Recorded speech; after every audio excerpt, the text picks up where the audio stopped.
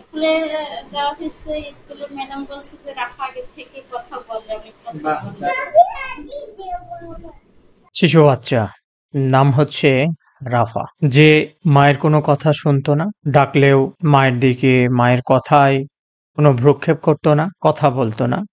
আপন মনে নিজের মতো করে সে খেলতে পছন্দ করত। বেশ লম্বা চওড়া হয়েছে, স্বাস্থ্য খুব একটা গ্রো এখনো হচ্ছে না। এই বাচ্চাকে নিয়ে প্রথমে আমাকে খুলনায় দেখিয়েছিলেন, পরে ওনারা ঢাকায় শিফট করার কারণে এখন নিয়মিত ঢাকায় দেখান। 25, 26, 8, 24-এ এই বাচ্চাকে ফলো আপে নিয়ে আসছিল। বাকিটা ভিডিওতে শুনবেন। বাচ্চা এখন অনেকটা কথা বলে, স্কুলে দিয়েছে, স্কুলের টিচাররাও বলছে সে অনেক আগের থেকে ইমপ্রুভ করেছে। তাইলে রাফার এখন আর কোনো সমস্যা নেই? সমস্যা বলতে আগে যেটা ছিল সেটা থেকে অনেকটাই ইমপ্রুভ হয়েছে। চুলকানি কমেছে? না, মাঝে মাঝে চুলকাই।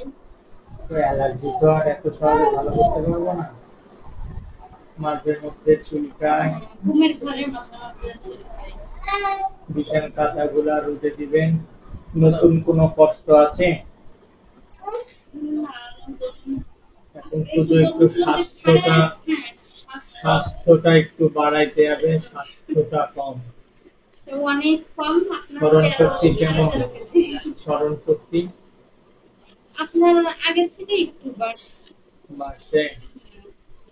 স্বাস্থ্য বাড়ানোর ওষুধ দিলেই হবে, আর কিছু লাগবে না। তারপরেও হচ্ছে আপনার এখন অনেক কিছু বলার চেষ্টা করে। ওটা বাড়িতে দুজন মিলে আপনারা কাউন্সিলিং করবেন। এখন ডাকলে কথা টথাতে সারা দেয়। ভালোই ভালোই লাগছে। পিঠাপিঠি 2 ভাই তো চলবে এখানে। সারাদিন মারামারি।